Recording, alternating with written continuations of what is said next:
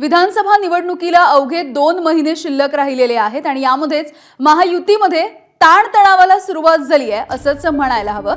कारण मुंबईमधल्या अंधेरी पूर्व मतदारसंघाचा उमेदवार भाजपचे आमदार अमित साटम यांनी परस्पर जाहीर करून टाकलेला आहे।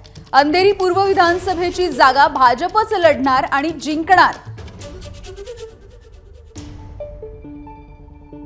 मुरजी पटेल हे आपले उमेदवार असतील अशी घोषणा साटम यांनी केलेली आहे। महत्त्वाचं म्हणजे 2 दिवसांपूर्वी शिंदे गटामध्ये प्रवेश केलेल्या स्वीकृती शर्मा या देखील अंधेरी पूर्व इथूनच लढण्यासाठी इच्छुक असल्याचं कळतंय आणि त्यामुळे शिंदे गट आणि भाजपमध्ये या मतदारसंघामध्ये संघर्ष होणार हे आता निश्चित झालेलं आहे।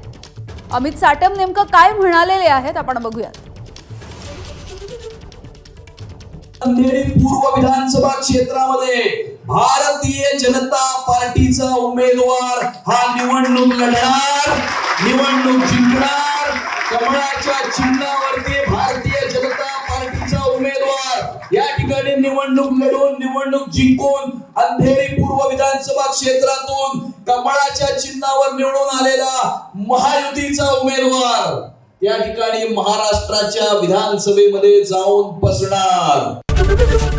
एबीपी माझा, उघडा डोळे बघा नीट।